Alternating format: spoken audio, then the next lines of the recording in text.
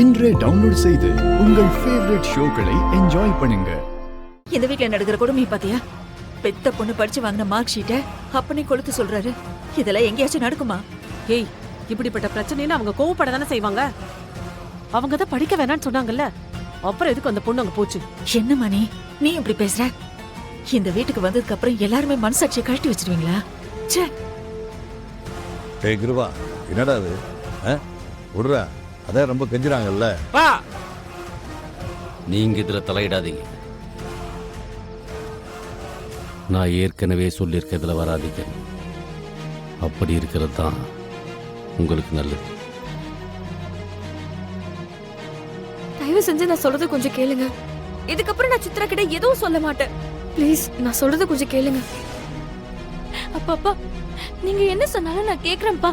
Please பா, எதுவும் பண்ணிடாதீங்கப்பா. Please பா, ப்ளீஸ் பா.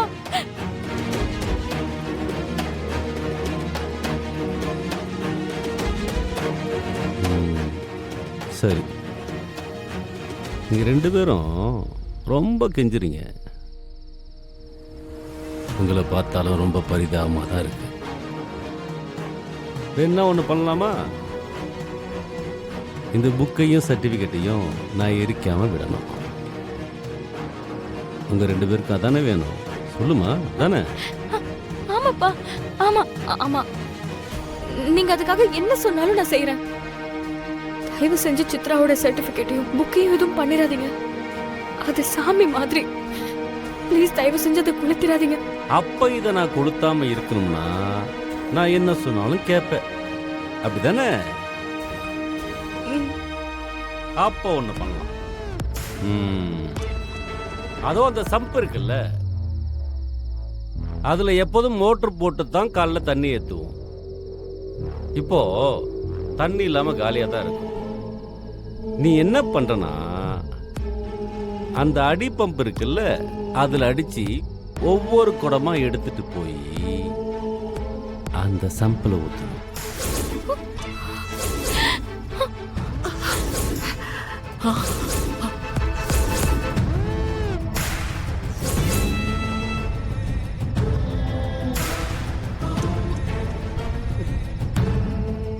ஊத்தி ஃபுல்லா நிரப்பணும். அதுவும் காலையில 6 மணிக்குள்ள.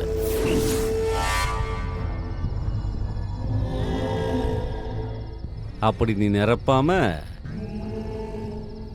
6:01 ஆயிடுச்சுன்னு வை, உன் கண்ணு முன்னாடியே எல்லாத்தையும் கொளுத்திடுவேன்.